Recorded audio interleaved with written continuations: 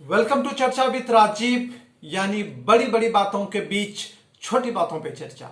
छोटी बात है परंतु महत्वपूर्ण बात है, जो काफी महत्वपूर्ण है एक आत्मनिर्भर और एक मजबूत भारत के लिए।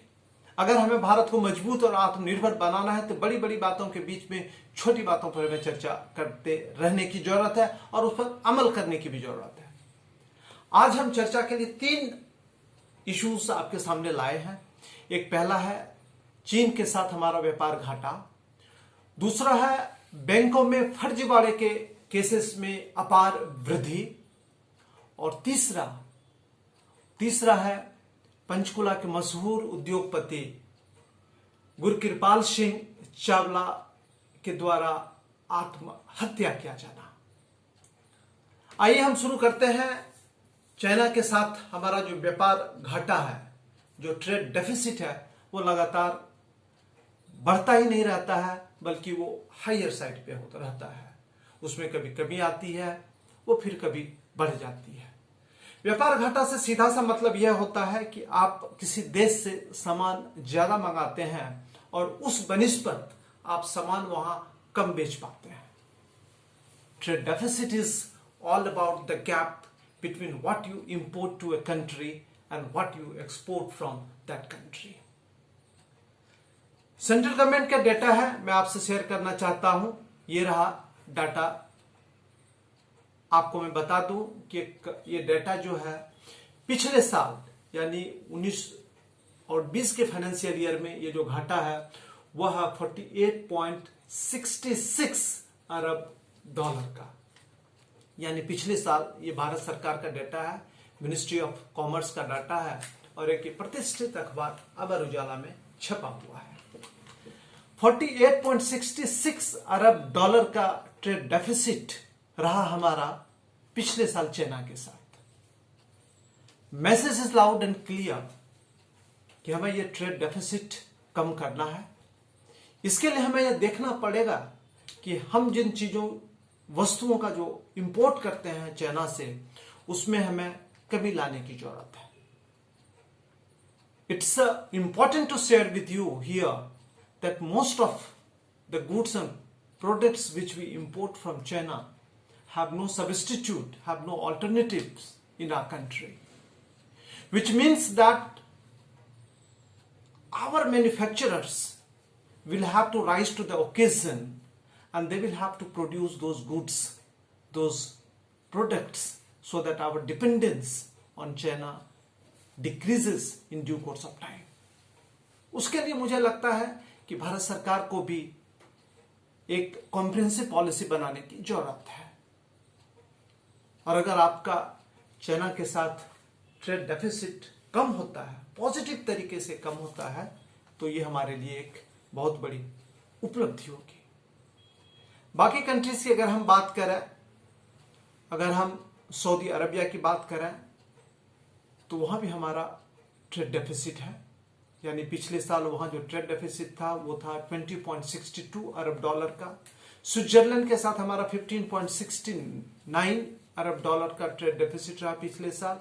इंडोनेशिया के साथ हमारा ट्रेड डेफिसिट जो रहा वह 10.93 अरब डॉलर का रहा, और दक्षिण कोरिया के साथ हमारा 10.81 अरब डॉलर का रहा। यानी कि हम इन सारे कंट्रीज से सामान ज्यादा मंगाते हैं और सामान हम वहां कम बेचते हैं। It's quite possible that most of this countries do not need whatever we produce here, और उन्हें जो जरूरत की चीजें चाहिए वो खुद बना लेते हैं। हमें यह देखने की जरूरत है कि इस कंट्रीज में, इनके मार्केट में वो कौन सारी ऐसी चीजें हैं जो वहां के लोगों के द्वारा यूज होता है, और उससे बेटर हम products, better and cheaper products हम वहां के लोगों के लिए कैसे अवेलेबल करा सकते हैं। उसके लिए हमें जरूरी है कि हमारा जो एजुकेशन सिस्टम है, हमारे जो लोगों की स्किलिंग है, उसमें हमें इंप्रूव करने की जरूरत है।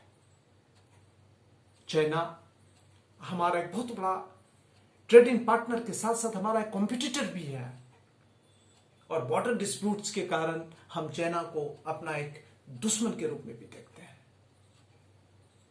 इसलिए चाइना के किसी भी मामले में हमें सावधानी नहीं बरतनी पड़ेगी, बल्कि हमें यह सुनिश्चित करना पड़ेगा कि अगर हम कोई भी कदम उठाते हैं तो उसका हमें कोई लॉन्ग टर्म नुकसान ना हो. We have to prepare ourselves to face any repercussions arising out of any step which we take with regard to China. But we have to ensure that the repercussions and its impact do not sustain beyond a point. नहीं तो हमारे देश के लिए, हमारे देश की economy के लिए अच्छा नहीं होगा. मुझे उम्मीद है कि भारत सरकार इस पे बहुत गंभीरता से चिंता और चिंतन कर रही है. चिंता कि हम इन चीजों से बाहर कैसे निकलें, चिंतन इसलिए कि उसका हम ऑल्टरनेटिव हम कैसे बनाएं. इसी बीच में एक छोटा सा एक महत्वपूर्ण बात मैं करना चाहूंगा. जब हमने चाइना की ट्रेड डेफिसिट की बात की, ट्रेड और बिजनेस की हम बात करते हैं, मैं आपको बता दूं कि पंचकुला के एक मशहूर उद्योगपति गुरकिरपाल सिंह चावला जी ने पिछले दिनों सुसाइड कर लिया. वो नामी गिरामी बिजनेसमैन थे, हरियाणा पंजाब यानी नॉर्थ इंडिया के, और काफी सफल बिजनेसमैन थे. उन्होंने सुसाइड नोट में, पहले तो ऐसा लग रहा था, जो खबरों में जो अखबारों में खबर आई उसमें ऐसा लग रहा था कि शायद किसी पारिवारिक कलह से उन्होंने सुसाइड किया. लेकिन बाद में मैं बता दूं, चंडीगढ़ के एक सम्मानित न्यूज़पेपर है अमर उजाला, इन्होंने एक बहुत ही कॉम्प्रिहेंसिव स्टोरी उस पर किया, इनके रिपोर्टर ने किया है. और इसमें उन्होंने लिखा, सुसाइड नोट मिला HPCL के 3 अफसरों समेत 6 पर केस. यानी कि उनके सुसाइड नोट के आधार पे उन्होंने, चूंकि चावला जी का पेट्रोल पंप भी है, होटल भी है, उनके बिजनेसेस हैं, तो उन्होंने कुछ लोगों का सुसाइड नोट में नाम लिया. पुलिस ने उसके आधार पे जो केस रजिस्टर किया उसमें कुछ लोगों को उन्होंने नामित किया गया है. रियल स्टोरी क्या है, हकीकत क्या है, ये इन्वेस्टिगेशन का मामला है और उस पर हम सब चर्चा भी नहीं करना चाहेंगे. और ये पुलिस अपना काम कर रही है और हम सबसे उम्मीद करते हैं कि इसमें चावला की फैमिली को जस्टिस मिले. लेकिन चर्चा विद राजीव यह एक इशू फ्लैग करना चाहेगा. हम ये जानना चाहते हैं, जब हम ईज ऑफ डूइंग बिजनेस की बात करते हैं, जब हम यह सुनिश्चित करते हैं कि हमारे यहाँ ईज ऑफ डूइंग बिजनेस को इम्प्रूव करें, तो हमें यह भी सुनिश्चित करना चाहिए हमारे देश, हमारे जो अपने उद्योगपति हैं, हमारे जो अपने ट्रेडर्स हैं, हमारे जो अपने बिजनेसमैन हैं, उनकी सेफ्टी सिक्योरिटी, उनका भी बिजनेस करने का ईज में लगातार बढ़ोतरी होनी चाहिए. उन्हें किसी भी प्रकार का करप्शन का सामना नहीं करना चाहिए, उन्हें किसी भी प्रकार का कोर्शन का सामना नहीं करना चाहिए. उन्हें एक ऐसा माहौल देना चाहिए कि उस माहौल में पूरी ईमानदारी और ट्रांसपेरेंसी से वो काम करें. वो सारा चीजों को सरकार से ईमानदारी से, ट्रांसपेरेंसी शेयर करे, ईमानदारी से वो टैक्स पे करे, ताकि कहीं कोई प्रॉब्लम नहीं है. दुर्भाग्य से होता क्या है कि आज हम almost every day we read in newspapers about the GST evasion. हम यह पढ़ते हैं कि फलना कंपनी ने इतने लाख रुपए का GST को इवेट किया. Tax evasion, tax evasion. ऐसा क्यों होता है? जब हम अंतरराष्ट्रीय स्तर पर ईज ऑफ डूइंग बिजनेस की बात करते हैं, तो डोमेस्टिक लेवल पे भी हमें ईज ऑफ डूइंग बिजनेस के बारे में गंभीरता से सोचने की जरूरत है. इस इशू को मैंने इसलिए फ्लैग किया कि चूंकि honourable prime minister Shri Narendra Modi ji ने जो एक आत्मनिर्भर भारत का टारगेट सेट किया है देशवासियों के लिए, हम सबों के लिए, उसके लिए बहुत जरूरी है कि हम डोमेस्टिक लेवल पे जो हमारा ईज ऑफ डूइंग बिजनेस है उनमें काफी वृद्धि होने की स्कोप है. और उसके लिए सरकार को और जितने सारे स्टेक होल्डर्स हैं सबको मिलकर के काम करने की जरूरत है. जितना से जितना ट्रांसपेरेंसी हो, ईज ऑफ बिजनेस करने में की जो स्थिति बनेगी उसमें उतनी ही लगातार वृद्धि होगी. सामान्य परिस्थिति से जब ट्रांसपेरेंसी से आप कॉम्प्रोमाइज करते हैं तो ईज ऑफ डूइंग बिजनेस का जो इशू है वो भी कॉम्प्रोमाइज होता है. चूंकि कंफर्ट लेवल जो है, it's all about transparency, it's all about smoothness. System में, फंक्शनिंग में ट्रांसपेरेंसी और स्मूथनेस तभी आएगा जब आप बाकी जो नॉन सीरियस अनवारंटेड इंटरवेंशंस जो है, जो करप्ट प्रैक्टिसेस हैं, जो ग्रिड ड्रिवन प्रैक्टिसेस हैं, इन सब चीजों पे आप रोक लगाएंगे. मुझे उम्मीद है कि सरकार इस पे जरूर काम कर रही है और सरकार को सफलता भी मिलेगी. तीसरी बात, मैंने जैसे आपको बताया था कि आज हम 3 चीजों पे चर्चा करेंगे. 2 पे हमने आपसे बड़ी ही गंभीरता से चर्चा की. तीसरी जो चर्चा की, मैं एक्चुअली चर्चा विद राजीव इस प्रोग्राम का खासियत है कि हम कुछ ऐसी चीजें न्यूज़पेपर से निकाल करके आपके सामने लाते हैं जिस पर कि आपकी नजर नहीं पड़ती है। क्योंकि आप बड़े बड़े चीजों में, बड़ी बड़ी बातों में व्यस्त रहते हैं, तो छोटी बातों पर आपकी नजर नहीं जाती है। इसलिए हमारा ये प्रयास रहता है कि इन छोटी छोटी बातों पर आपका ध्यान आकर्षित करें, ताकि एक मजबूत और एक आत्मनिर्भर भारत बनने की दिशा में हमारा जो प्रयास है उसमें एक गति मिले और उसमें हमें सफलता भी मिले। तो ये तीसरी बात जो है वो बहुत ही गंभीर मामला है, और वह यह है बैंकों में धोखाधड़ी का मामला। जी हां, बैंकों में धोखाधड़ी का मामला। एक बार फिर एक खबर का क्लिपिंग मैं आपके सामने पेश कर रहा हूं, आप इस पे नजर देख सकते हैं। ये खबर का क्लिपिंग, यानी ये 24 जुलाई की खबर है, 24 जुलाई 2020 की एक प्रतिष्ठित हिंदी अखबार। जब हम प्रतिष्ठित हिंदी अखबार की बात करते हैं तो कई है, लेकिन यहां मैं फिर से आपको बता दूं, मैं अमर उजाला में ये खबर छपा हुआ था। ये खबर अमर उजाला में छपा हुआ था, लेकिन बड़ी बड़ी बातें जो लोग करते हैं उनके लिए छिपा हुआ रहता है, हम इसको ढूंढ के निकालते हैं। ये एजेंसी की फाइल की हुई खबर है जिसको इन्होंने बिजनेस पेज पे कैरी किया है, और उसका इन्होंने हेडलाइन दिया है, बीते साल 18 सरकारी बैंकों में 1,48,000 लाख करोड़ का फर्जीवाड़ा, यानी तकरीबन 1.5 लाख करोड़ रुपए का फर्जीवाड़ा हुआ सरकार द्वारा चालित 18 बैंकों में। यानी कि there were acts of forgery in 18 nationalised banks involving an amount to the tune of 1.48 lakh crore.